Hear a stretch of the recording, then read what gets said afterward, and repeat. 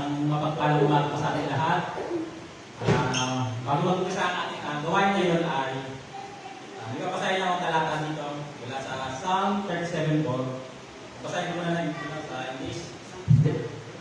Psalm 37:4. Delight yourself in the Lord, and He will give you the desires of your heart.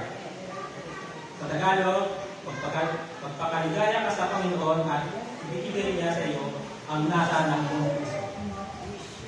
Okay po. Sa talatang ito po ay sinasabi po na dapat hanapin natin dito ang kaligayahan sa Panginoon. No? Okay. Pero paano ba natin ito magagawa yun? Na hanapin natin sa Panginoon ang kaligayahan. No? Kung iba naman ang niyanais ng ating puso.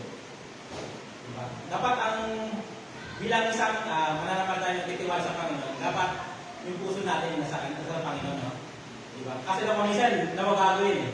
Dahil siyempre, may mga pangarap tayo. No? Ano ba? Pag hindi konektado ang Panginoon doon, ang problema, nalalayo tayo sa Panginoon. Diba? Kaya sinabi na the lectures kailangan hanapin mo muna yung kaligayahan mo sa Panginoon. No? Hindi sa mundo ito. Wala dito sa mundo yung kaligayahan natin. Kundi na sa Panginoon lang. No? Ang talatang ito ay nag-aanyaya sa atin na hanapin ang kasiyahan at ang kasiyahan sa Panginoon. Higit sa lahat, ang ibig sabihin na magpakaligaya sa Diyos ay pagtuon ng ating buhay sa Kanya. Pagtitiwala sa Kanyang mga pamamaraan at pagsunod sa Kanyang kalooban. Kapag tunay natin natutunan magpakaligaya sa Diyos, ang ating mga hangaran ay nagiging kaayon ng Kanyang mga plano para sa atin. At tinutupod niya ang mga niyanais na tugma sa kanyang layunin sa ating buhay. Yes po. Dapat ang layunin natin ay katulad sa Panginoon. Ang plano natin katulad sa Panginoon. No? Then tutuparin niya ang niyanais ng puso natin. Ang ibig sabihin nito, dapat ang ating mga plano ay nakano sa Panginoon. Sa gawain dito sa ating church, sa mga ano pa, evangelize, no? Dapat may hangarin tayo. No? Hindi pwedeng sariling panghangarin natin eh. Una-una hindi natin makuha yung kaligayahan. Aminin natin, dito lang sa mundo, temporary lang ang lahat eh. Ang tunay na ligaya sa Panginoon na matatagpan. Kaya kayo, ini-encourage ko kayo, no? Hanapin natin, yung kalooban natin, baguhin natin. Ibig na makamundo, gawin natin makalangit para sa Diyos. Para ang ating magiging mga niyanais natin sa bulong ito ay tungkol na sa Diyos, hindi na sa atin. At doon, tutuparin ang Panginoon ang niyanais sa ating Diyos. Ang kaligayahan sa Kanya. Sige po, tayo po ayayin po si kayo para po sa panalangin. Okay. Muli Panginoon, maraming salamat po sa umagang ito, Panginoon, na kami ay nandito, Panginoon. Panginoon, dalangin po namin na aming mga puso ay Panginoon. At ang aming mga plano, Panginoon, ay nakatuon po sa inyo, Panginoon, hindi po sa amin, Panginoon. Ang mga plano po sa aming buhay, Panginoon. Baguhin po, Panginoon, na naaayon sa plano namin, hindi po naaayon sa plano namin, Panginoon. Dahil naniniwala sa inyo, Panginoon, na ang kaligayahan ay matatagpuan po sa inyo. Hindi po sa aming mga hangarin, Panginoon, mga mundo, Panginoon. Lord, sa araw na po, binibigay ang lahat, Panginoon. Ang mga plan sa buhay, ang mga hangarin, Panginoon. Lord, sa inyo na kami po binibigay, Panginoon. Muli, Panginoon, gano'n na kami po ay gabayan ninyo, Panginoon, matungkol sa kaligayahan na ang para sa inyo, Panginoon, hindi po para sa amin. Muli, Panginoon, pwede ko ang pinansalamatan at tupurin, Panginoon, sa aming buhay. Ito po ay ang sa madalangin, Panginoon, sa pangalan ng Panginoon Jesus. Amen. Hindi po tayo po sa Panginoon.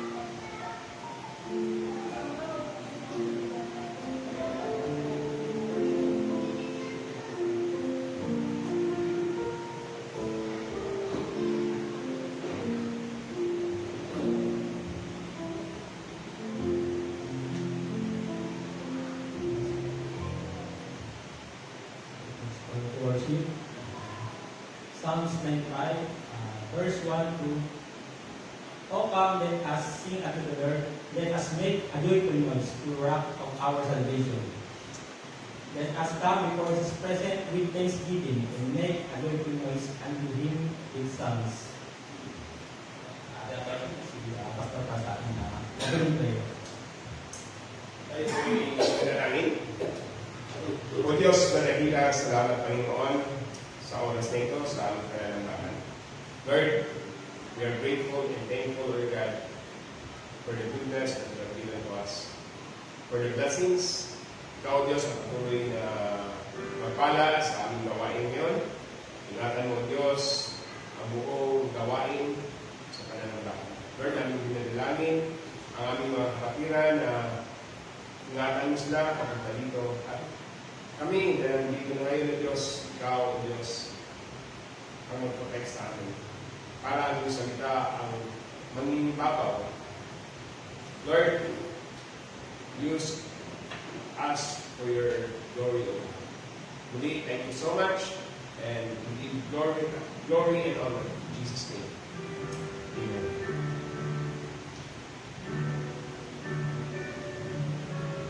The Holy Ghost, as it was in the beginning, is now and ever shall be, world without end.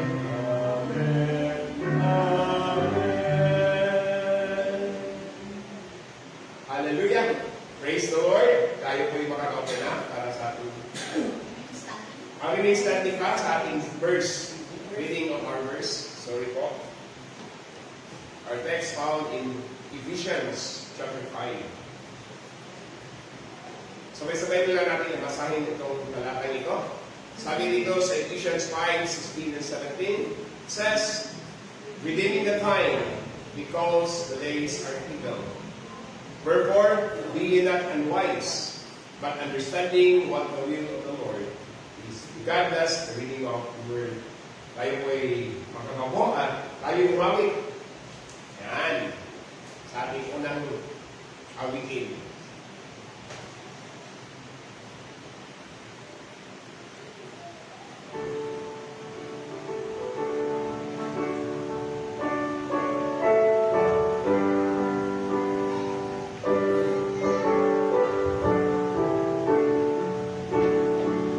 Nakakakalam, nakasalang proses. Mula sa mundo, ikaw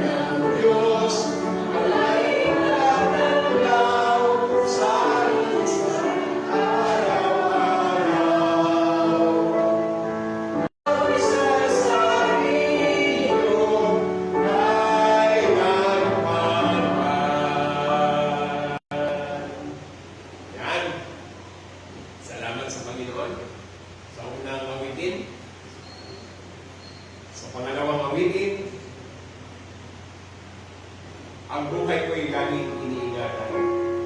He hideth my soul. May the song guide us.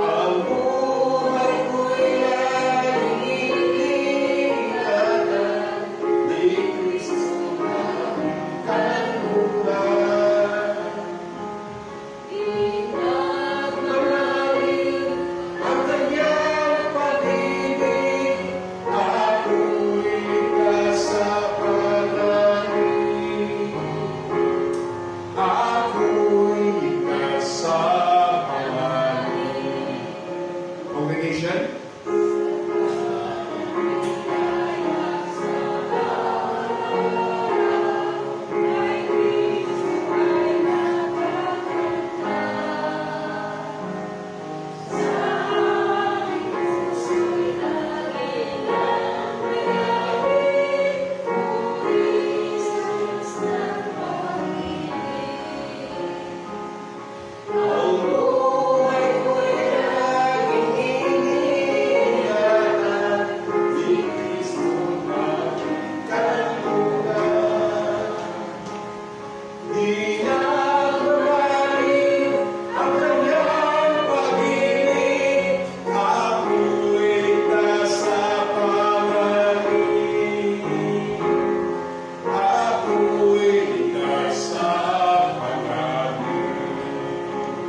last stanza.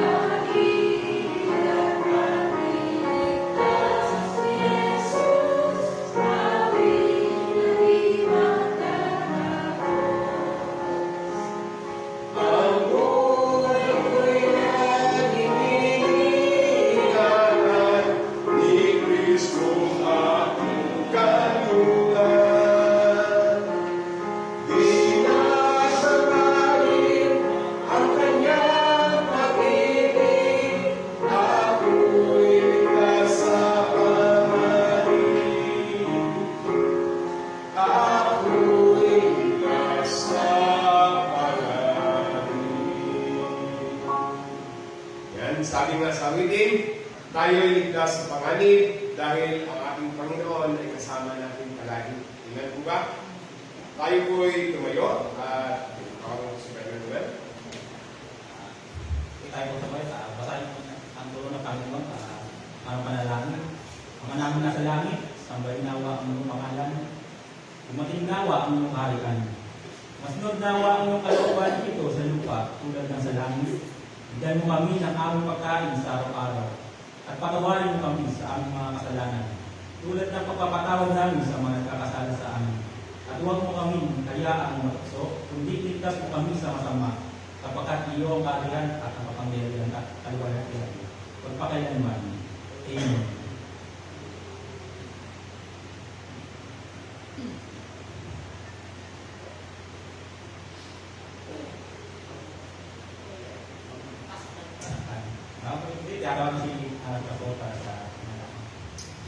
patuloy kayong manalangin. Isa sa mga ipapanalangin natin, yung mga pangyayari na gaganap sa ating mundo ngayon. No? Kung nalalaman niyo po, may nangyari doon sa Haiti. Yung, parang mga pirates na pinasatong yung barko. May mga Pilipino ay 8 na ang namatay. Sa balita, 8 na ang namatay. So, isa na yung panalangin, yung mga nasa mga barko, lalo-lalo na sa mga pirata na sa Haiti. No? Patuloy din natin ipanalangin ang mga nangyayari din sa Texas. Kung nabalitaan nyo, marami din buhay ang nawalan. No? Mga tahanan na nasira dahil sa baha. So, ito na yung mga panahon na gabi ang mga trahedya.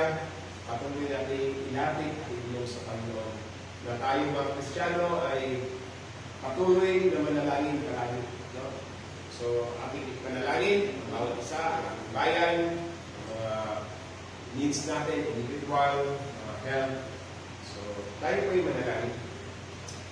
Muli o Diyos, nagpapasalamat kami sa kabutihan na ibigay sa amin. Aming dinadalangin ng Diyos ang patuloy na comfort mo sa mga taong na-disgrasya, lalo-lalo na sa trahedya na naganap sa Texas. Lord, we know, Father, that all these things must come to pass because this is what we prophesied before in your coming. But you said also, Lord God, in your word, na hindi kami mababahala, bagos o Diyos, patuloy kaming magpalakas sa iyo, Panginoon. Aming dinadalangin ng Diyos ang iyong patuloy na pagtulong. Lord, I pray also, Lord God, sa nangyari sa Haiti, na mayroong famine sa Red Sea, Panginoon. I pray, Lord God, na I pray for your protection sa mga nasa barko dahil sa mga pirata na umatake. Aming dinadalangin ng Diyos ang iyong patnubay sa kanila. Lord, I pray protection. Even Lord God, for the governments na nag-asikaso sa mga umanaw dahil sa kahilyan ito. Aming dinadalangin ng Diyos ang iyong pag-iingat. Lord, I pray also, Lord God, sa mga rescuer na naghahanap sa mga bangkay na tinapon sa Laguna Lake doon sa mga trahedya na naganap last 2 years ago. Lord, I pray, O God, favor also, Lord God, na makita na, O Diyos, ang mga labing na nawala mga pinatay, O Diyos. I praise, Father, for your protection to them, sa mga rescuers. I pray for the blessings, also, Lord God, for our nation, lalo-lalo na sa mga pangyayari na tumataas, na mabilihin, mga pangyayari na hindi namin naiiwasan, Panginoon, sa mga landslide. Lord, I pray, O God, for your protection also. Lord, dinadalangin din natin, Diyos, ang bawat iglesia ng iyong tinawag, Panginoon. Lord, sa mga churches, sa mga pastors, sa mga missionaries, sa mga nagbabahagi ng iyong salita sa buong dako ng mundo. I pray, O God, for your protection to them. And Lord God, sa aming iglesia dito sa El International Church Organizations, patuloy mong pagpalain kami, Panginoon. Dinadalangin namin ang iyong patuloy na patnubay sa bawat kapatiran. Lord, I pray, O God, na ikaw, Diyos, ang magpala sa bawat isa. Lord, dinadalangin namin ang lahat ng may karamdaman. Ikaw, Diyos, ang magpagaling. Sa lahat ng mga may financial na needs, O Lord, ikaw ang magpagaling. Lord, sa mga may mga nalulungkot, ikaw ang magpasaya. Dinadalangin namin ng Diyos ang patuloy na pagtulay mo sa amin. Dinadalangin din namin, Panginoon, ang lahat ng mga gawain sa El International Church Lord, ihanda mo ang bawat isa sa amin. Sa mga ministries na bubuksan mo, Panginoon. Sa mga gagawin mo, O Diyos, na pagpapalago sa bawat isa sa amin. Lord, I pray for this, Lord. I pray also, Lord God, for our chairman, na si Ray Daniel Isidro. Sa kanyang pangunguna, Panginoon, sa organizations, I pray wisdom, favor, and blessings to provide the needs of every churches na kabahagi ng Eden. Lord, ingatan mo, O Diyos, ang kanyang kalusugan, ang kanyang mga ginagawa, ang kanyang negosyo, God, and bless mo. Ang kanyang ministry din, Panginoon, palaguin mo rin siya, O Diyos. Lord, salamat sa bawat isa. Lord, I pray also, Lord God, sa lahat ng mga kairamdaman na dito sa members ng church, kay Kuya Daniel Rapsing, I pray, O God, na ikaw din, O Diyos, ang patuloy na mag-ingat sa kanya. Lord, sa kanyang needs, sa kanyang health him, O God. Pagalingin mo siya, Panginoon. Salamat din, Panginoon, sa iyong biyaya na kaloob sa amin. Lord, sa lahat ng mga nag-graduates, salamat sa mga nag-success, Panginoon, sa kanilang pag-aaral. Ingatan mo sila sa kanilang panibagong yugto ng kanilang buhay. Lalo-lalo na, Panginoon, sa aming kapatid na si Ija, Panginoon, salamat sa patuloy mong wisdom, favor sa pamilya nito. Lord, pagpalain mo nito, Diyos, ang kanyang new journey sa kanyang panibagong hamon sa buhay. Lord, i-bless mo siya. Ingatan mo rin ang whole family sa Villa Cruz family of God. Lord, I pray blessings and favor to them. Sa lahat ng mga nag-aaral ng Panginoon, ingatan mo kami ng Diyos. Salamat dito, Diyos, sa bawat isa ngayon, Panginoon. Pagpalain mo si Ma'am Sara Isidro, ang gawain namin sa Banawa, ang gawain namin sa Merida Leyte, na pinangunahan ni Pastor Shilong, at sa bubuksan mo ng church sa Calcula, Panginoon. I-prepare mo ang bawat kapatiran namin doon. Kaya, O Diyos, ikaw lamang ang aming pinapasalamatan sa oras ito. Gamitin mo kami, Panginoon, sa huling araw ng iyong paggawain. Gamitin mo kami para sa pagpapalawig ng gawain sa Iglesia, Panginoon, na iyong pinatawag. Kaya, O Diyos, use us mightily. All of this we ask in the mighty name of our Lord and Savior Jesus Christ, our God. Amen.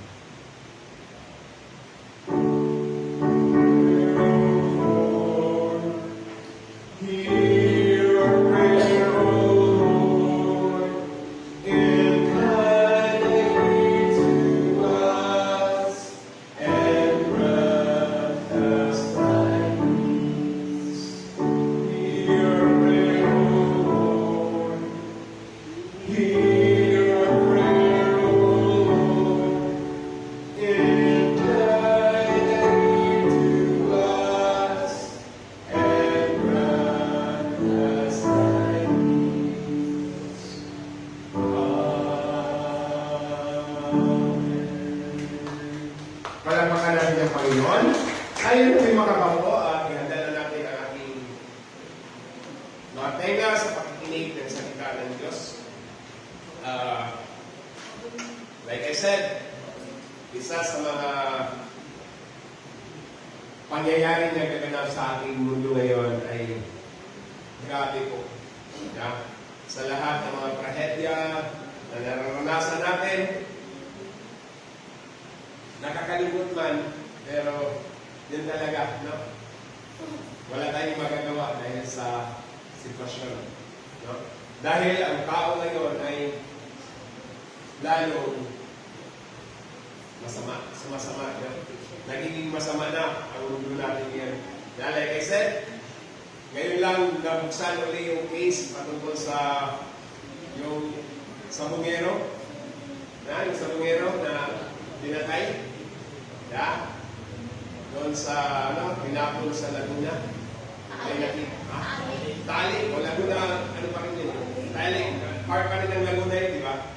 Laguna River, Tagay Canyon. O, Tali.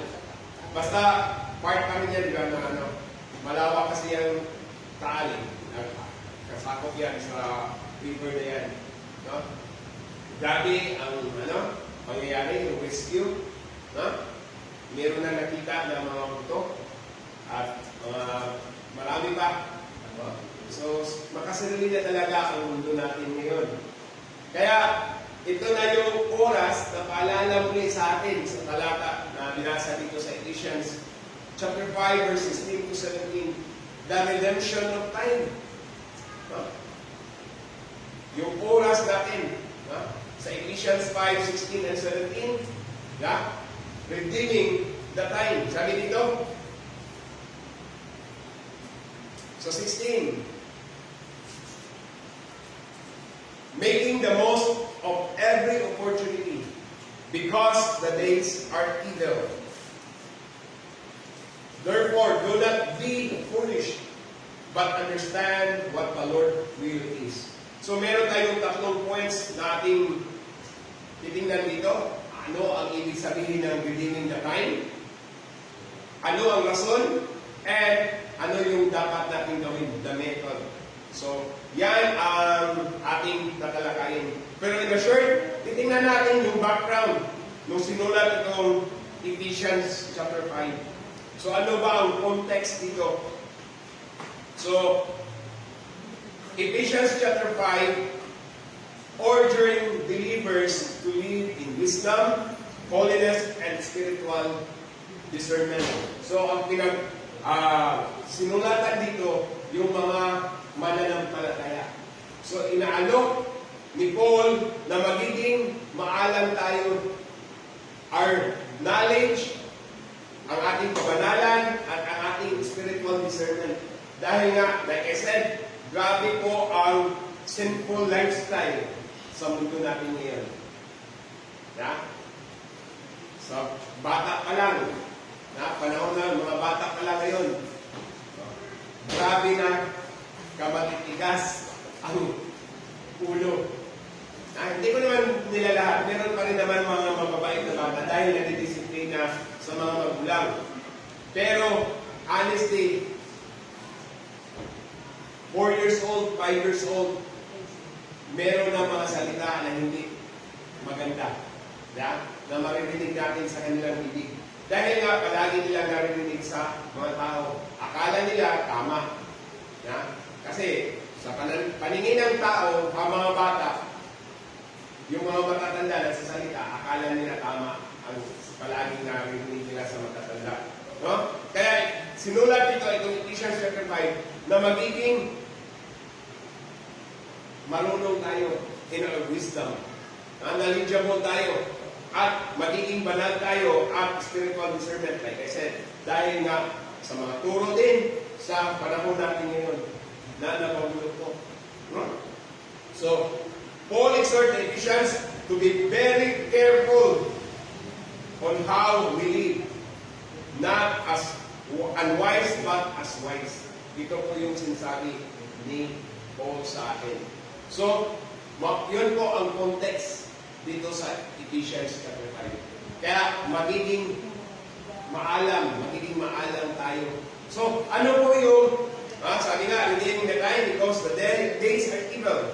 Wherefore, being not unwise but understanding what the will of the Lord is. Alamin natin ang kalooban ng Panginoon sa bawat isa sa atin.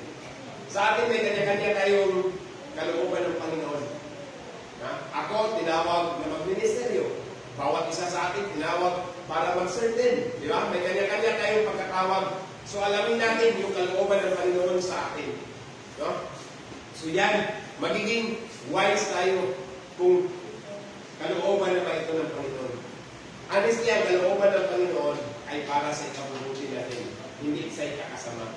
Yan talaga ang isa sa mga dahilan kung kalooban ng Panginoon. Dahil nasa mabuti kang lugar.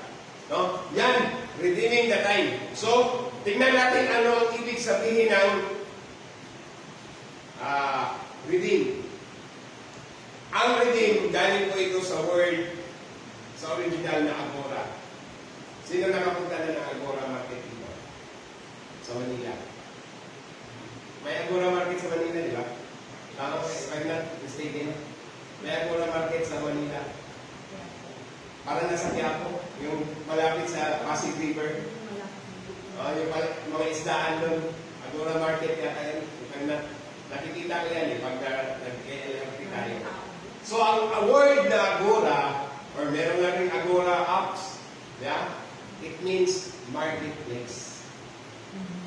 Yan po ang word marketplace. Ang redeem means marketplace. Doon, ang bintahan, di ba? Doon ka nag-redeem. Yeah? So, yan po ang redeem. No? Titingnan natin. No? Tingnan ko lang sa notes ko. So, yan ang word na redeem. Means a marketplace. In the ancient marketplace, there was selling and buying slaves.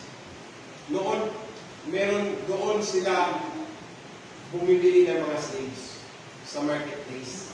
Sa ancient times, sa ancient panahon, sa mga Roman Empire, di ba, yung mga slaves, doon ang bintahan, doon nire-redeem, doon binibenta, buying and selling. And another is a place of business activity. So, ang Agora, ang word Agora is a place of opportunity to make a profit.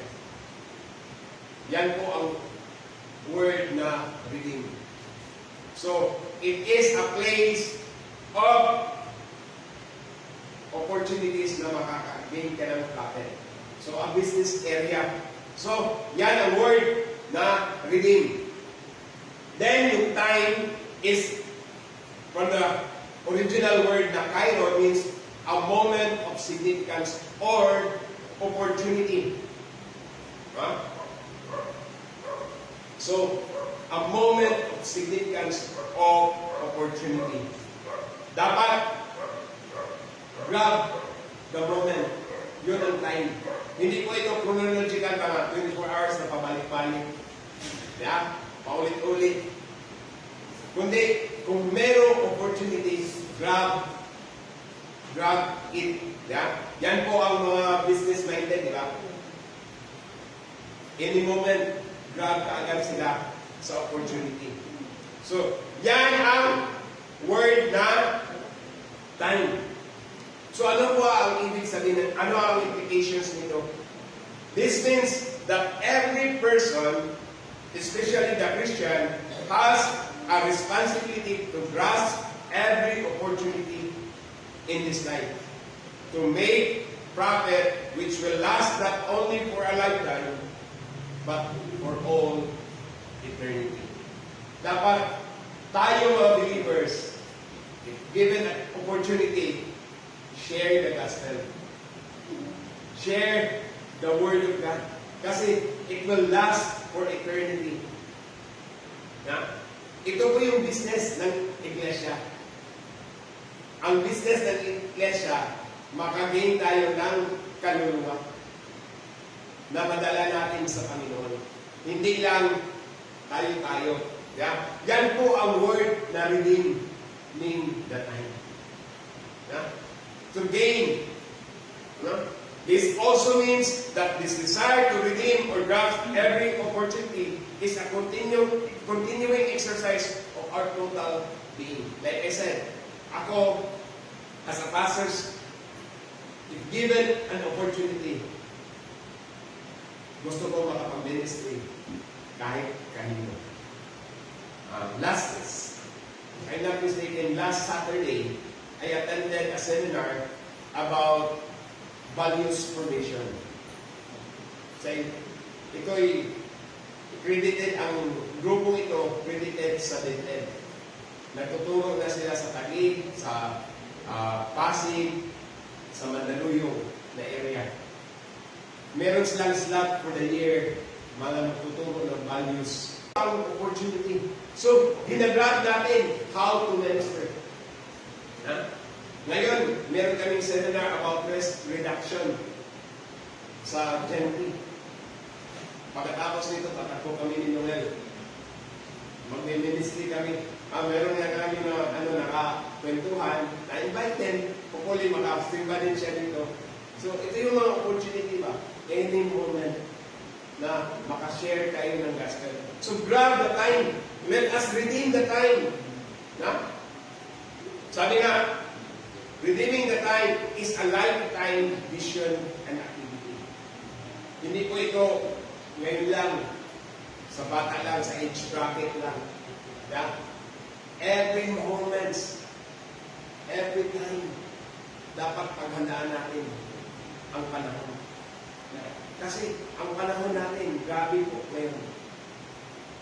Sa aming CE class, aming pinag-aaralan yung end times. At sa end times na pinapartisay doon sa Matthew 24, halos lahat natupad na. Halos lahat nangyari na. Yeah?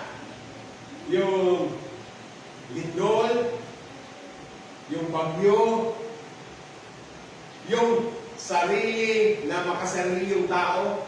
Yeah? Yan po. Yeah? Para lang makagain lang ng personal profit, personal gain. Sa mga businessman. Yeah? Grabe ang oras natin ngayon. Yan ang bantayan natin. Sabi nga, every person, especially Christian, has a responsibility to make profit that lasts eternity. And it should lifetime vision and activity. Yeah? Dapat ang ating vision, hindi lang sa ngayon, kundi sa eternity. Ano ang mangyayari bukas? Yeah? Kaya nga, sa pagbabalik ng Panginoon sa kanyang mga parables, palagi niyang sinasabi na ating gamitin ang ating mga talents. Yan yung 1, 3, 5 na binigay na talents, di ba? Yung isang binigay na talents, ano lang ang tinako lang. Yung 3, ginamit para at nagiging doble. Yung sa 5, nagiging 10. Ginagamit nila yung opportunity. Yeah? So yun po, at palagi sinasabi, kasi sa pagbabalik ng Panginoon, ang kanya lang sasabihin, well done and faithful servant. Kaya sa pagbabalik ng Panginoon, ano ang masasabi para sa atin? Sasabihan ba tayo, well done and faithful servant? Or, katulad tayo dun sa binigyan ng isa, tinago lang at hindi ginagawa. Maintain lang ba? Dapat sa buhay natin, magpalago tayo. Yan ang implications. Yan ang ibig sabihin ng redeeming the time. Use our time sa mahaba. Katulad namin mga asawa, hindi lang sa isang area. Kung saan kami dadalhin ng Panginoon to minister, go na. Hindi na kami, Lord, wait muna.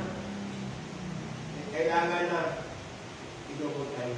Dahil ngayon, kulang po ang workers ng ubasan ng Panginoon.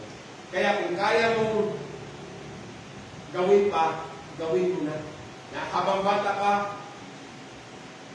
use our strength for God's glory. Kung kaya kong ano pa ngayon, dahil bata ka mo, kahit maglagalit kami ng misis, go kami. Kasi to minister. Kasi yun po ang panahon natin ngayon. Magpa-gamit na tayo. Magpagamit na tayo. Sabi nga, redeeming the time. Tandaan po natin, the world is deteriorating as far as technological advance is concerned. We are becoming more sophisticated every day. Yeah? Kung titingnan po natin ngayon, mabilis na po tayo magiging knowledgeable. Kung titingnan nyo ngayon, i-google mo lang, i-search mo lang, malalaman mo na kaagad ang lahat ng mga bagay na kailangan mong malaman sa Google. Lalo-lalo na sa AI apps ngayon. Grabe po. Kung titingnan nyo sa ChatGPT, kung gusto nyo malaman, grabe po ang knowledge doon, makukuha mo. Pero let us be warned. Yeah? Ako, honestly, ina-apply ko po yung ChatGPT. Kumukuha po ako ng ideas. Dahil yun talaga ang panahon natin ngayon. High-tech. Pero use the technology for God's glory. Lahat naman para sa Panginoon niya. Kung gamitin natin sa tama. Pero kung gamitin sa masama, marami ding masasira. Pero as Christians, gamitin natin yung technology for God's glory. Yan ang panahon natin ngayon. Dati, ang hirap pa na mag-communicate. Yan, na-explain ko yata nung last saying natin last Friday, yung pagpapadala, pag-send ng letter, telegram pa, ilang araw pa. Ngayon, segundo lang, makukuha mo na kagad. Yung magpapadala ka ng pera, ilang taon, ilang buwan pa, aantayin mo bago mo makuha yung pera. Utang ka na lang doon, utang ka na ng utang kasi alam mo, mayroon ng parating. Pagdating, wala na, ubos na kagad. Pero ngayon, segundo lang. Tama? Kasi merong Timaya, merong Gcash, merong mga Palawan. Mabilis ang panahon natin ngayon. Kaya tandaan natin, ang oras natin, gamitin natin for Christ. Dahil nga, like I said, ang bawat araw ay nagiging masama. The days are evil. Kaya yun ang reasons na bantayan natin. Because the days are evil. The days are evil. Sobrang sama na ng mundo natin. Like I said. So, pangalawa, so when we speak of the days or time being evil, we're not talking about technology or science. Kundi, ang ibig sabihin nito is moral deterioration. Ang days of evil, hindi yung mga gadgets na nakikita natin. Kundi, moral deterioration. Yung moral natin, nade-deteriorate. Mga bata ngayon, di ba makikita natin sa Facebook, mayroong 13 years old yata ng anak. May 13 years old ng anak na. Merong nabalitaan natin doon sa Marikina, open na, public CR, doon pa ginahasa. Gasoline station, nabalitaan natin nabalita sa TV, na nirape sa CR. Public CR, gasoline station. Kaya yung moral, grabe. Sa Facebook natin, kung mag-browse ka, lalo-lalo na mag-ingat talaga yung mga lalaki. Kasi sa TikTok pa lang, grabe ang temptation. Kaya ako, iningatan ko talaga po sa every time na habang nag-ano ka, kasi siyempre kailangan mag-research din tayo. Meron talagang sumusulpot bigla na gano'ng mga area. So, bantayan natin. Kasi this is a moral deterioration. Sabi nga sa 2 Timothy 3:1-5, makikita natin, Apostle wrote that the last days is perilous times shall come. His word is like a moral deterioration of our times. Yung mga anak, hindi na magiging magalang. Wala nang respeto. Wala na talaga. Tapos, mga kababaihan, grabe. Dati, hindi naman natin i-compare. noon, mga kababaihan, hindi talaga sumasali sa inuman ng sa mga kalalakihan, di ba? Sinterin talaga. Pero ngayon, sabay-sabay na sila. Sumasali na. Yeah? Dati, by area-area lang. Kung kababaihan kayo, babae lang kayo, tapos kalalakihan kayo. Ngayon, lalaki, babae, parehas tayo. Wala na ano. Tapos pag nalasing na, wala, ihaya lang yung mga babae. Di ba? Wala talaga. Ang moral natin na yung bumababa talaga. Kaya bantayan natin. Isa pa, itong mga theology na lumalabas. Yung mga katuruang baluktot ba? Yeah? Ako ang Panginoon. Yeah? Diniklaim na sila na ang Panginoon. Diniklaim na nila yung honor kaysa Panginoon. Yeah? May mga leaders na ako ang head dito. Walang makakaano. Ako.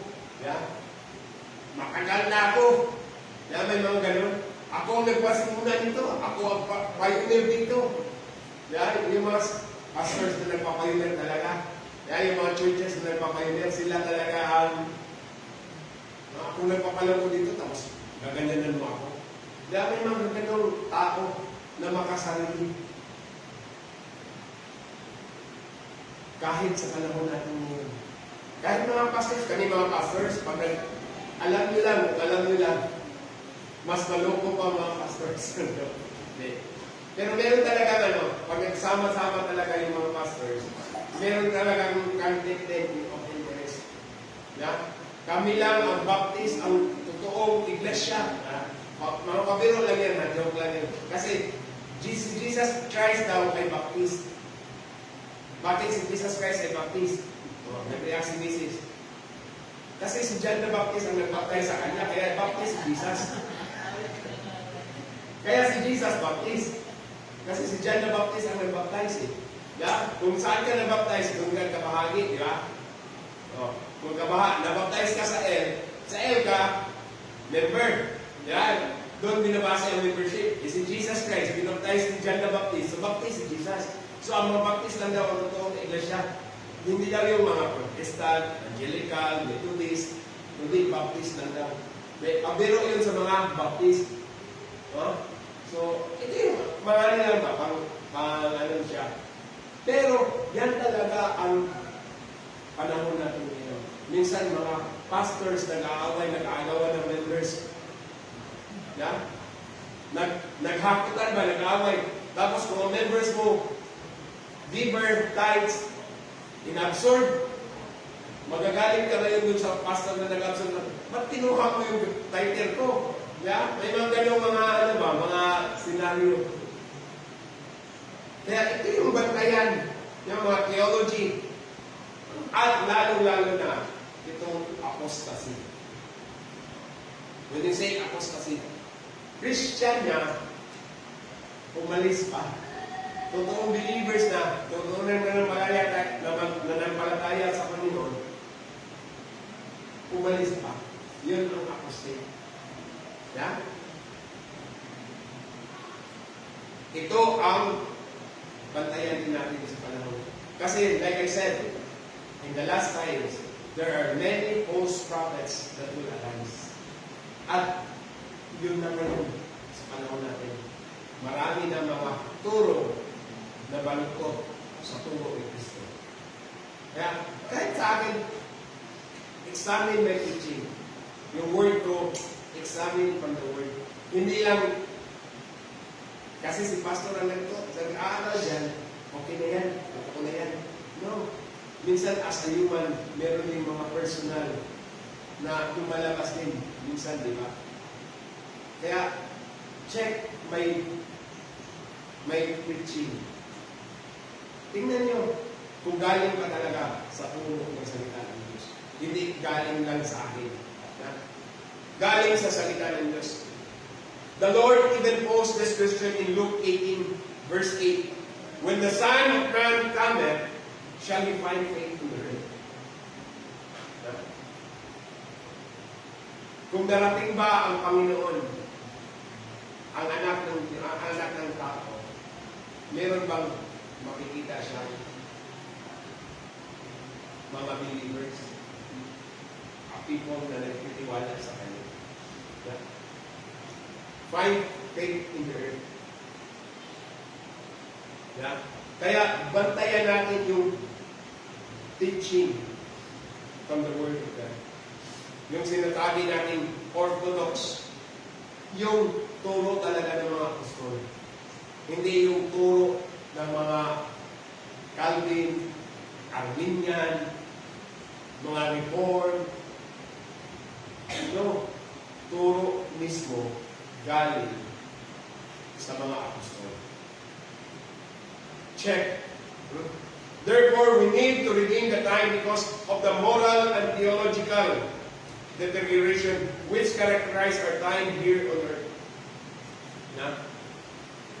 The clock is constantly ticking towards the physical, moral, and theological destruction. Therefore, we need to be alert to redeem our time. We need to be alert to redeem our time.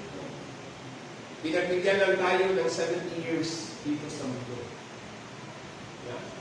Kung naglampas na kayo ng 70, praise the Lord. Praise the Lord. Pero karamihan talaga, sabi ng Biblia, 70 lang ang binigay niya. No? Kung pag-aralan natin sa mathematics, kung ano yung 70 years, no? I-convert natin, ang 70 years is 840 months. Tapos, 3,640 weeks. 25,620 days. And 615,360 hours. Kung lagpas na kayo ng 70, praise the Lord, kasi more than ano na kayo ng mga oras, lagpas na. Pero, honestly, sa 70 years natin, yung mga 70 years, yung kalahating years na yan, medyo malungkot pa tayo. Yeah?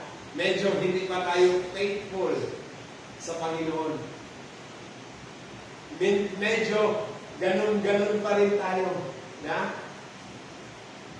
Hindi talaga total sa mission. Kaya bantayan po natin yung panahon natin. Malapit na ang pagbabalik ng Panginoon. Pero, hindi pa ngayon. Tandaan ko, hindi natin alam kung kailan darating ang Panginoon. Kaya lang, mag-check lang tayo palagi. Let us examine ourselves always. Yeah? Kaya, redeeming the time. So, ano yung method? Ang method is, wherefore, be ye not unwise, but understanding what the will of the Lord is. Huwag tayo magiging mangmang. Yung term nun, mangmang. Kundi intindihin natin ang kalooban ng Panginoon sa ating buhay. Ano ang kalooban ng Panginoon sa bawat isa sa atin? Isang kalooban ng Panginoon ay tayo ay sumunod sa Kanyang inutos sa atin.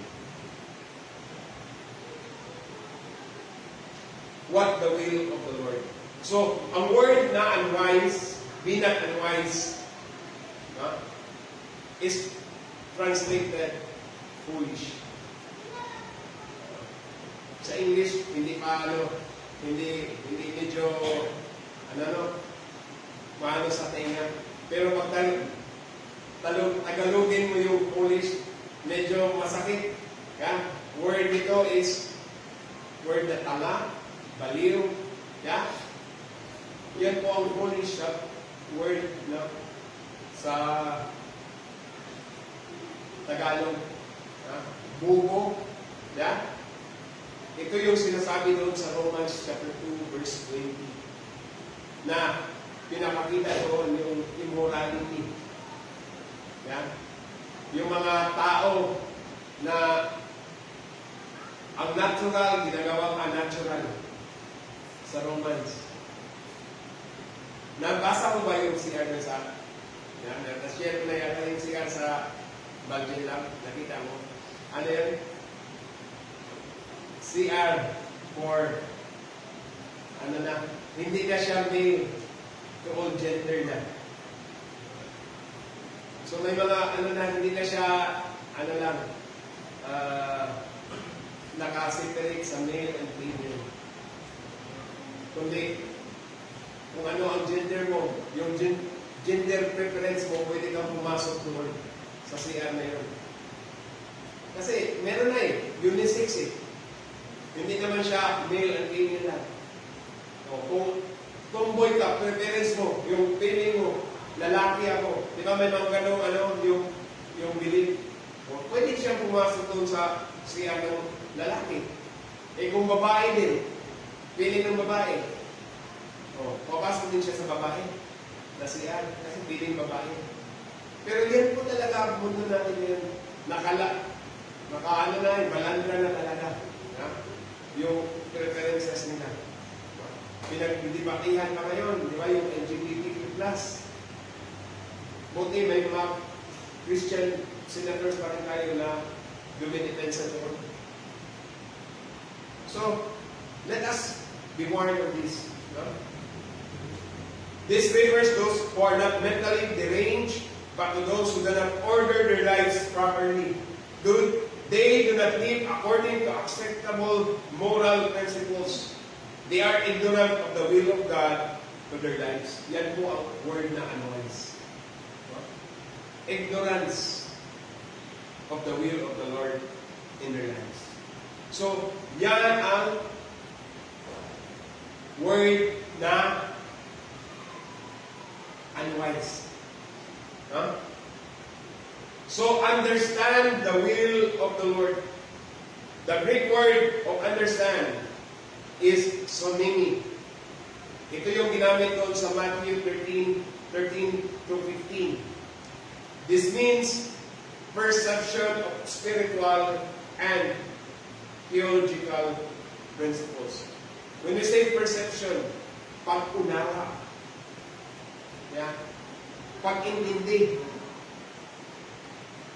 Kaya tayo mga Christians, intindihin natin kung anong tinuturo. Yeah?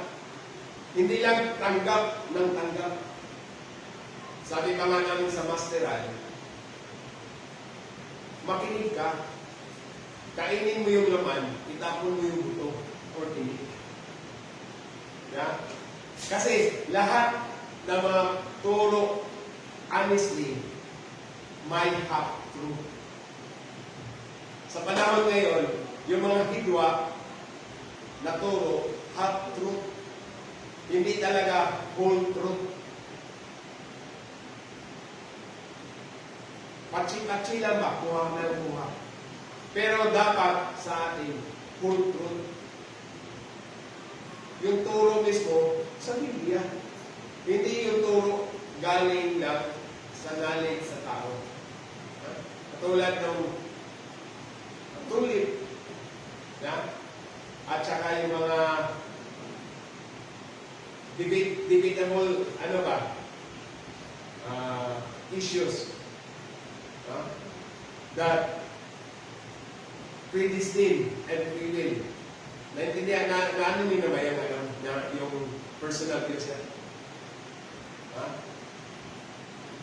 May conditional and unconditional salvation. Ano po ang totoo nun? Honestly, ang kaligtasan, unconditional yan kasi galing yan sa Panginoon. Kung totoo kang believer in the Lord, you are eternally saved.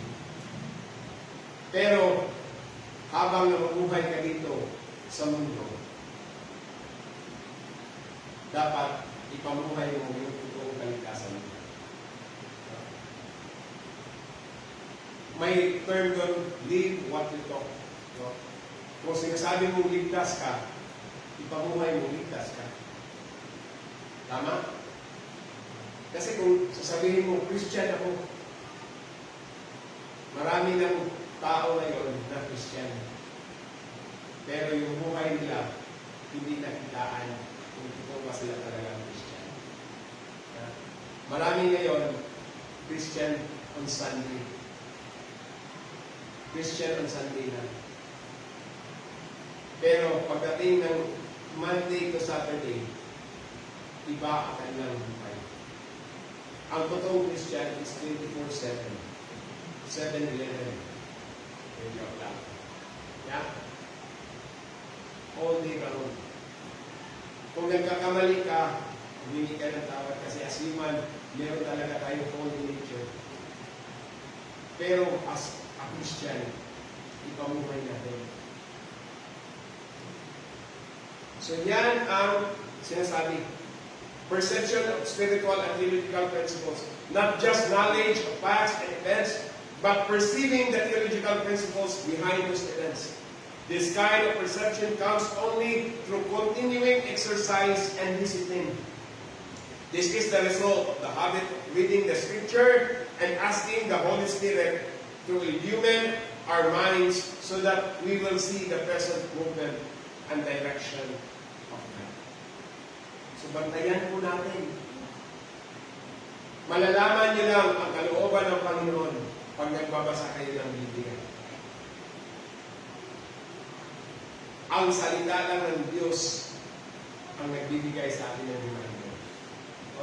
May kanya-kanyang moving ng Holy Spirit sa atin sa Biblia. Kaya nga, bakit hindi na uubos ang turo ng Biblia? Ang tagal-tagal na. Yeah? Bakit hindi na uubos? Dahil everyday merong moving of the Holy Spirit. Kahit itong mga mensahe, mga mensahe na napakinggan natin, napakinggan ko na yan, pastor, noon nun. May mga areas na napakinggan ko na yan. Bakit binalik? Pero merong panibagong revelations of Panginoon sa atin. Kasi ang salita ng Diyos, same pa rin. Hindi yan nagbabago. Ang panahon lang, ang principles lang, ang pamumuhay lang. Ang approach lang nagbabago. Pero ang salita ng Diyos, hindi nagbabago. We can effectively redeem our time by not putting priority of the things to the world. For worldliness leads to ignorance. For the world imposes blinders to our minds so that we fail to see of eternal value.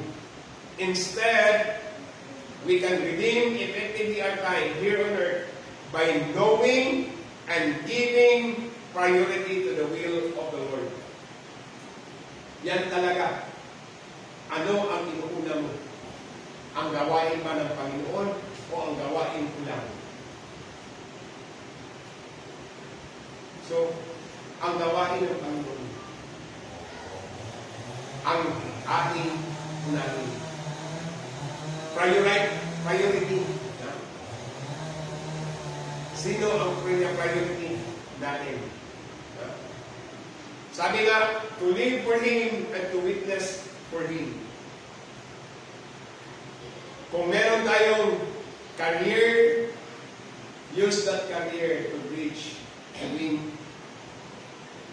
Christ. Ma-share natin. May kanya-kanya po tayong mga kaibigan. May kanya-kanya po tayong kilala. May kanya-kanya po tayong mga nakakasalubong araw-araw. Ipakita natin at iwi natin sila sa kanila. Kahit sa social media man lang. Yeah? Post at least verse of the Bible. Kung meron kayong mga devotional app, which is I usually do, may devotional app akong binabasa, sinishare ko sa aking account. May mga, hindi naman pagmamayabang, ibahagi lang ang salita ng Panginoon. Kasi minsan sa pananaw kasi ng mga tao, nagmamayabang ko. No. You are just doing the will of the Lord. Ibahagi ang salita ng Panginoon. Huwag ka lang makipagdebate. Yeah? Kasi minsan kasi doon sa post, may mga intriguing post talaga na mababasa natin. Sa iyong personal views, tama to. Pero sa ibang views, mali. Tapos, nag-comment siya, mali yan ano. Tapos mag-react ka, huwag na ka na mag-react. Basta, tingnan mo na lang. Huwag kang masaktan. Katulad na, nag-live tayo. O may live dyan. May nakakainig ka. Mali yung sinasabi yung pastor nito. Meron magko-comment dyan. Tinitingnan ko lang. Mag-comment ka lang dyan. Hayaan ko. Basta ako, ginagawa ko lang yung salita ng Panginoon na pinabahagi ko. Yan ang ating gawin. Let us build the church of God. Building the church ang kingdom. Ayaw ng Panginoon na ayaw ng Panginoon na walang gusto ng Panginoon pala na maligtas ang lahat ng tao.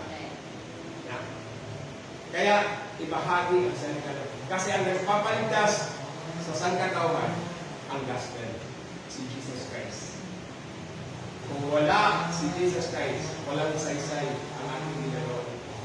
Ang dapat parangalan si Jesus Christ. Hindi yung leader lang ng isang, kundi si Jesus Christ palagi. May kanya-kanya po tayong pagkatawag. May mga taong tinawag talaga na mamuno ng maraming tao, na maraming members. Meron din iilan na mga leaders na tama lang. Sakto lang. Yan lang ang kakayanan mo eh. Kaya yan lang din ang binibigay ng Panginoon. Tama? Kaya nga hindi naman binigyan ng Panginoon na wala namang pinili ang Panginoon sa 3 at saka 5. Ang sinabi ng Panginoon dun sa 3 talents at saka 5 talents, well done and faithful servant. Hindi siya na hindi mo ginawa, hindi ka tapat. Hindi sinabi, mas magaling itong 5 kasi tumubo ng 5. Di ba? Parehas ang approach ng Panginoon, equal. Yung 3, nagdadagdagan ng 3, same pa rin sa 5 na nagdadagdagan ng 5. Kung anong talent na binigay sa atin, gamitin lang natin. I-double ang ating sarili. Kaya, soon, praise the Lord, meron tayong Brother Noel na kakayo dito soon. Si Brother Noel ang papalit sa akin dito. Soon. Tumawa si Brother Noel. Kalooban ba ng Panginoon Noel? Ganon din yung ginagawa sa akin ng pastor ko doon sa Cebu. You will be a pastor. You will be a pastor. Bahala ka. Kasi alam ko yung buhay ng pastor ko yun eh. Wala talaga. Alam na alam ko yung buhay niya. Pero sinabihan ako, you will be a pastor. Na-shock na lang siya na nag-pastor na ako dito. Praise the Lord. Pero ang tagal kong nag-respond in the year, pero ang kalooban ng Panginoon ang mangibabaw talaga. Ang ano lang, obedience. Follow lang tayo. Sumunod lang tayo. May kanya-kanya po tayong purpose dito. May kanya-kanya po tayong pagkatawag dito. So gamitin natin yung pagkatawag natin for His glory. So for my conclusion, the most important beginning in the process of redemption of our time is committing our lives to Jesus Christ first. Yan ang number 1. Hindi pa natin in-accept o hindi pa natin kinikilala ang ating Panginoon Hesus Kristo, you are not using your time. Sabi pa nga sa Biblia, today is the day of salvation. Ito ang araw ng kaligtasan. Commit our lives to Jesus Christ. Not commit your lives to El International Church. No. To Jesus Christ. Commit your life to Jesus Christ. Then if once you commit your life to Jesus Christ, find a church. Find a church that fit to your to your lifestyle. Kasi may kanya-kanyang churches na ang lifestyle ganito. May kanya-kanya tayong strength. May mga churches talaga na mahina. May mga churches na ganito yung strength nila. Yeah? May kanya-kanya pong churches na binigay ang Panginoon. So, yeah. Sana, ano ka lang ba? Komportable ka.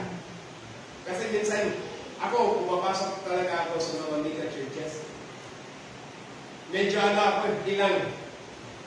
Medyo ilang ako talaga. Hindi ako, parang ganun na ako. Kahit pasko na ako, ganun na ako. Hindi ko talaga, hindi talaga siya fit sa akin. May kanya-kanya po tayong, Pero ang Panginoon ang nagdala sa atin dito. Hindi po si pastor, kundi ang Panginoon ang nagdala sa inyo dito.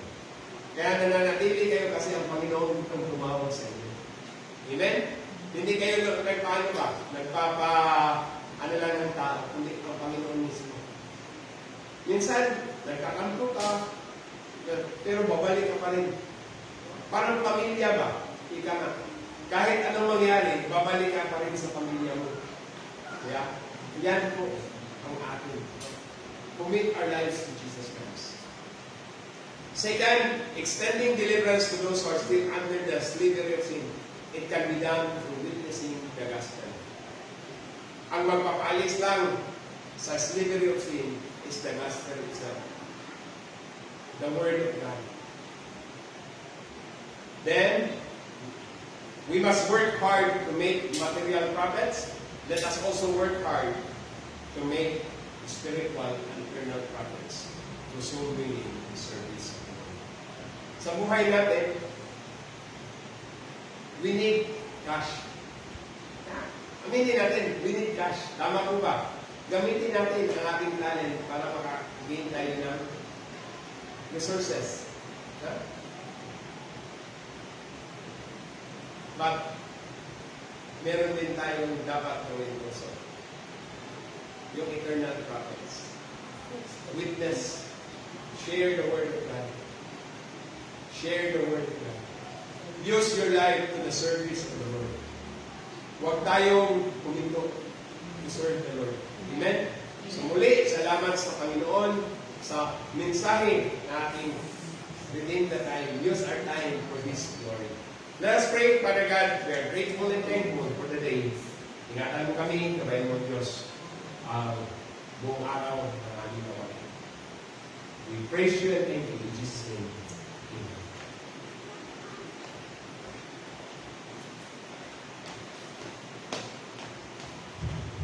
Ito, ngayon po ay dadako naman tayo sa paghahandog sa Panginoon.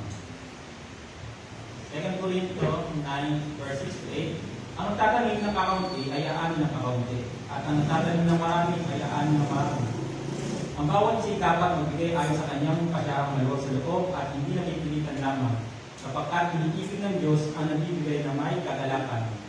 Magagawa ng Diyos na pasalinahin kayo sa lahat ng bagay at higit pa sa inyong pangangailangan, upang sumagana kayo para sa mabubuting gawa. Tayo na po ay magandang.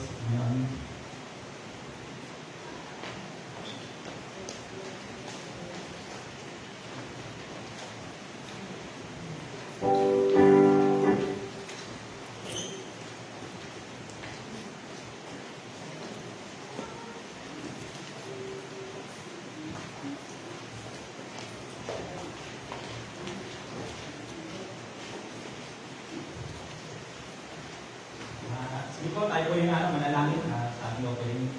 Lord, maraming salamat po sa opening na ito, Panginoon. Dalangin po namin na ito po magamit po namin sa pagpapalawak pa ng aming mga gawain dito sa simbahan, Panginoon, at magamit din sa mga ministry na aming sa Panginoon. Lord, pagpalaan po ang bawat isa na nandito, Panginoon, sa kanyang mga harap buhay, Panginoon. At ito po ang aming pinupulit, sinasangka sa aming araw na ito, Panginoon. Sa Panginoon, Panginoon.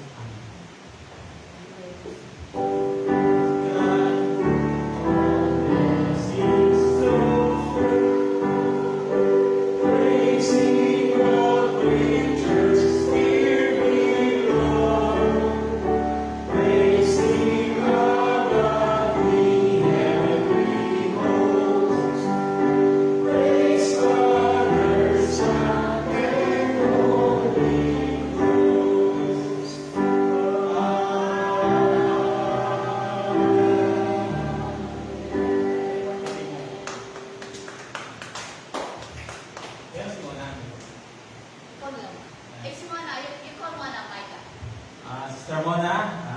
Sige, reunit na. Sige, ako nangintay natin si Mona. Wala ko man tayo sa welcome announcement. Ngayon sa, today flowers offering, Eric Church. Sa mga gusto pong magandang po sa Panginoon, bulaklak. Mari po pasap na. Lapitan niyo na po si Sister B at si Pastor Edgar. Ayun na, prayer tayo sa atin na. Prayer Fellowship, Wednesday, 7 p.m. Lapit po kayo kung buhati po kayo ng Merkules, no? Sama-sama po tayo magpalakasan sa Panginoon. DMC class po, Friday, 7 p.m. po. Yes, kaya bago na po siya. Yung mga para sa atin na report.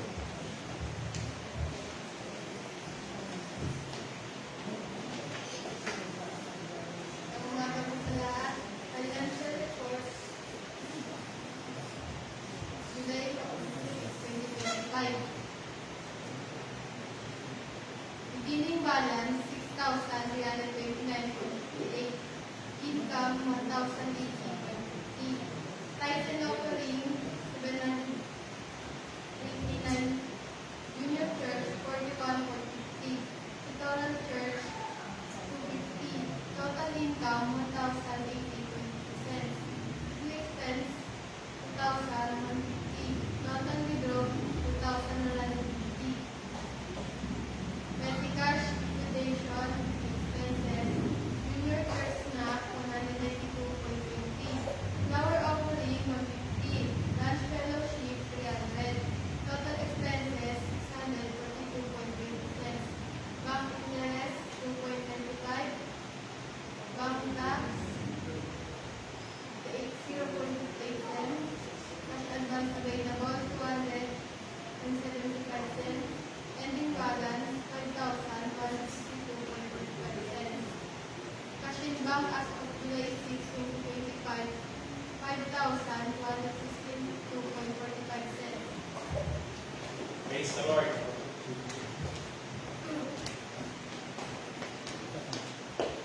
Okay, para sa ating last signal, natawag mo pa si Pastor.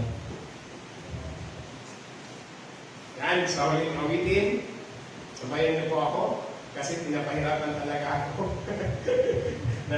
Yung labi ko talaga ay medyo naiibig sa Tagalog. Nababaluktot. Nababaluktot. Wonderful words of life. Salita ng buhay.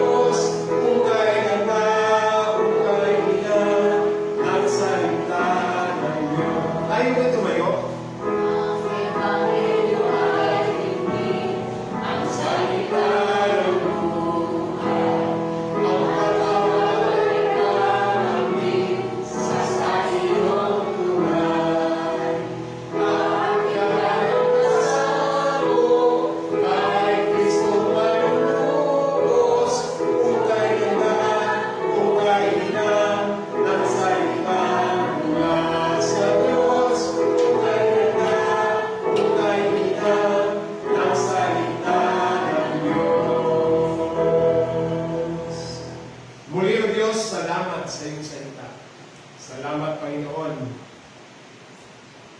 na ito ay nagbibigay buhay sa amin. Kaya, Panginoon, patuloy mo kaming ingatan at ang iyong salita, O Lord God, ay palagi mong ilagay sa puso't isipan namin. Lord, I pray for your protection and guidance throughout the week. Kahit may mga challenges na aming haharapin, alam po namin ng Diyos, ang salita mo ang magbibigay sa amin ng lakas. Kaya Panginoon, ang iyong biyaya, ang iyong grasya, at ang iyong patnupay ay sumasa amin. Amen.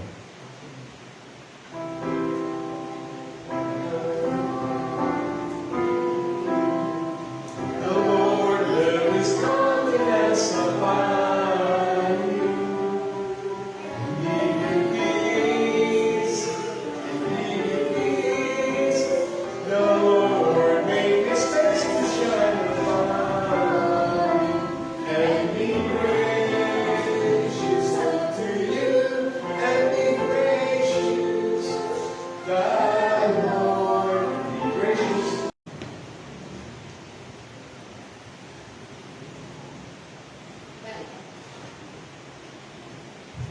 The Bible reminds us, Ephesians 5:16, redeeming the time because the days are evil.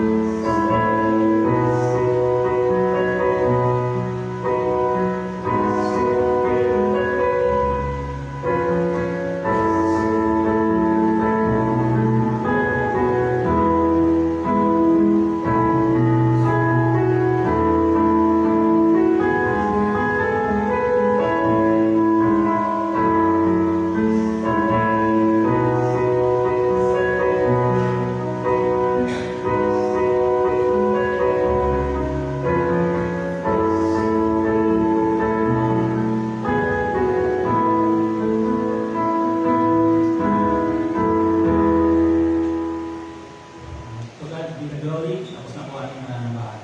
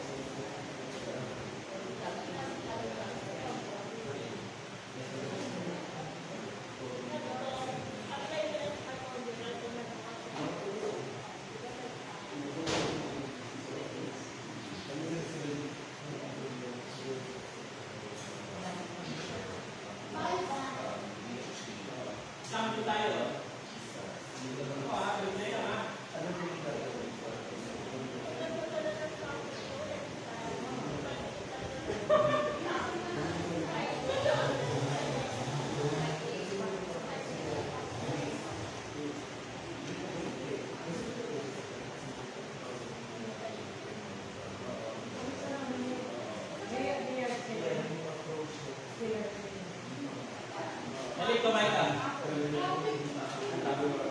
Hindi ka kumanda rin din. Sige, Will. Pasok na to. Ano ka sa po? Mga dalawa.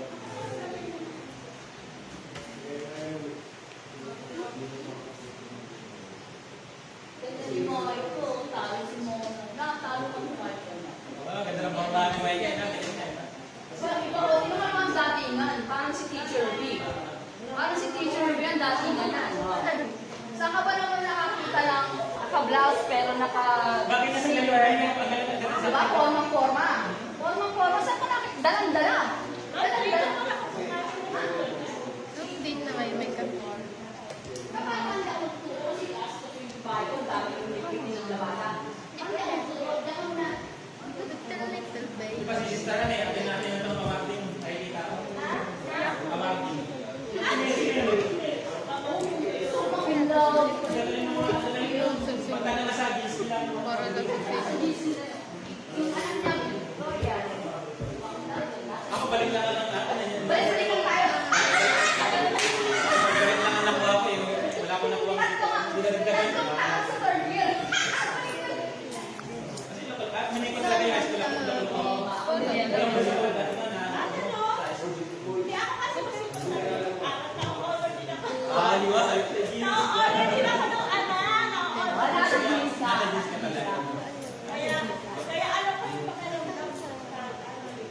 Dito naman yung piso. Pantap. Oo. Yes, wala.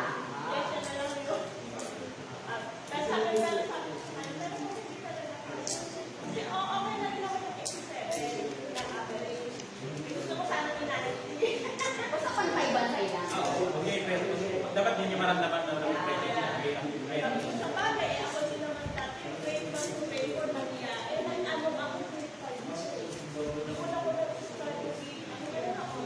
College. College ako tumino. Ano to parking? Ito parking ko lahat? Ito? Kaya nga, ito nga lahat. Okay.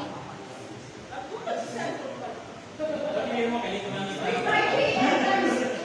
Friday and times.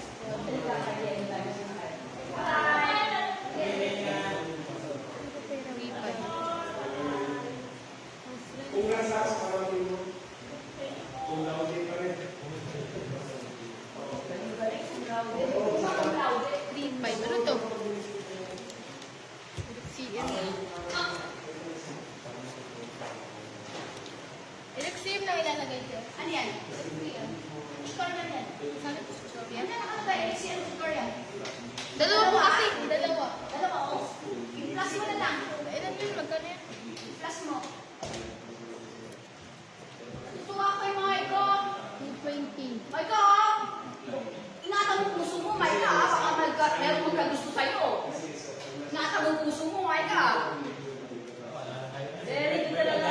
Very good talaga, Maika ko. Very good talaga. Ganda ng formahan. Gusto ko yung formahan ni Maika. Ang galing-galing, oh. Yung mga formahan ni teacher. Naka-rubber shoes din. Naka-dress. Galing yung bagay. Kati kids Ano to? galing? Kati kids galing? Abi ni Mama? Hindi po. Lakos, si Mona. Ganda ng ano niya. Oo nga, galing. Kaya ako lang yan. Pag may dumi. Ayun o, ano yan? Design ba yan? Design? Kaya ako lang nalig, nagpaganda pala. Kaya ako eh. Very good talaga. Oh, maglalaro tayo sa World Pan. Laro tayo. Dumi yan. 1.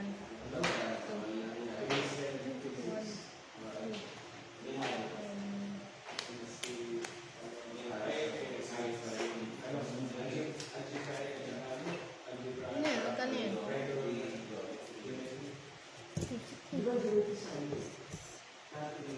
Yung sa seminar namin, napakalamig eh. 1. Oo, napakalamig. Ano? Oo, doon sa Robinson sa iyo. Tapos ano pa, hindi ko. Sumayaw kayo ah. Hindi mo. Si Pastor na. Nililoko ako ng mga doon, parang todo ko. Pura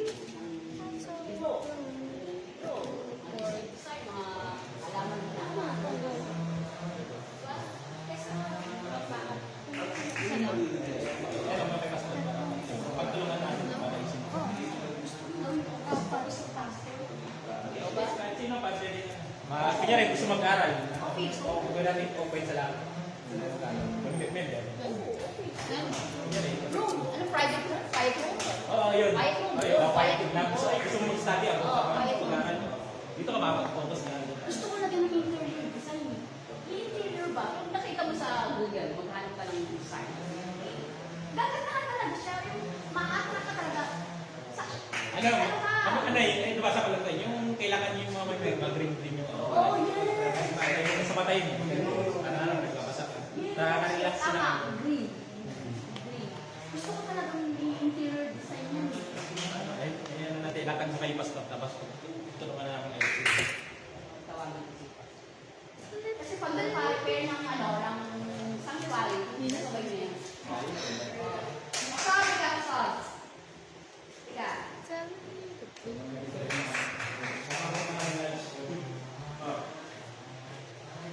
Gagawin lang na parang opisina. Gawin natin quiet room. Kasi, magiging maganda. So, kung nagpa-repair tayo, pa-repair natin, ganito ba mangyayari? Meron table dito, table, papel. Pero yung table, pwedeng i-flip, pwedeng i-taas, pwedeng i-tabi. I-flip type ba? Tawagin. Mga shelves. Pirma ka na. Ipapa-interior natin talaga siya. Kasi modern. Ayos room ba? O, pas, kahit masana mag-amotis. Parang yun naman, ipag-opisina. Baka Opisina. si Noel na ang pastor ng church. Oo. Opisina. Oo. Ayos room, di ba? Okay natin yan. Ibalik ang supli ha. Ano to? Pagkain nyo. Ay, papalit. Ay, tapos na? Ay, hindi pa pala.